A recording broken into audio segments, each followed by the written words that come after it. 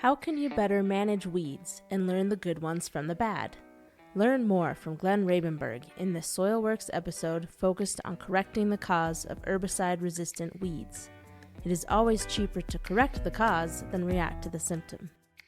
This is the SoilWorks Correct the Cause podcast featuring Glen Rabenberg and brought to you by SoilWorks and Acres, U.S.A.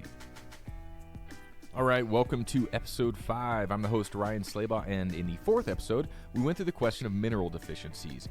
In this episode, we're going to talk about herbicide-resistant weeds and how to correct those causes with Glen Rabenberg. Again, the goal today will be to help you determine the cause of the weed pressure and correct those causes. Good day to you, Glen. Hey, thank you. Good day, and it's good to be here. Okay, so I'm going to get right into the first question here, Glen. I'm one of our listeners, and I'm seeing different weed pressures than before, so I go down to the extension office, and they tell me that the weeds are just a plant growing out of place. What do you think?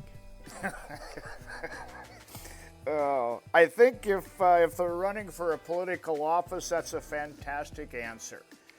I believe different. Today we're hearing about chemical-resistant weeds, we're hearing about super weeds, and what we're finding is these chemical-resistant and super weeds are basically grown in super screwed up soil. And I don't mean to step on anybody's toes, or I don't mean to be demeaning, but you got to call it what it is. This soil is compacted, it's hard, it's airless, it has very few microbes, the minerals are out of balance. You probably have a herbicide toxicity or a chemical toxicity, and you have created the environment that these weeds like. But a weed is more than just a plant growing out of place. It is really growing where it is designed to grow. I believe in the 6 days of creation, and God had a reason for everything, and these weeds are a plant that enjoy low available calcium.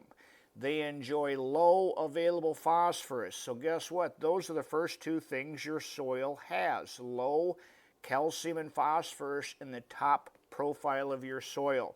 The next thing that happens, and in most of these disease-resistant superweeds that are such a problem, most of these are showing up in no-till situations. Sorry, fellas, don't kill the messenger, but it is what it is. The continued no-till in many fields has left the carbon on top of the soil to oxidize. It has compacted the soil below all this residue, and every mineral that is left on top of that compacted soil in last year's crop or the years after, every other element in that residue will oxidize and leave you except for one mineral, and this one mineral is potassium.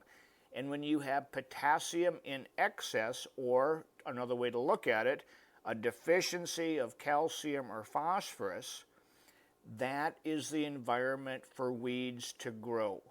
Now, we have customers that have neighbors that have these out-of-control weeds, and it's funny, I'm sure it's just coincidence, but the people that have a hand in being a steward to the soil and taking a look at the soil as being a living organism and treating it that way versus no-till and killicides, they aren't, and I'm sure it's coincidence, but they aren't having these weed problems. The weed is just telling a sign or telling a story of unhealthy soil. So if the weeds are symptoms, are the weeds really out there trying to solve problems? Oh, absolutely. What we found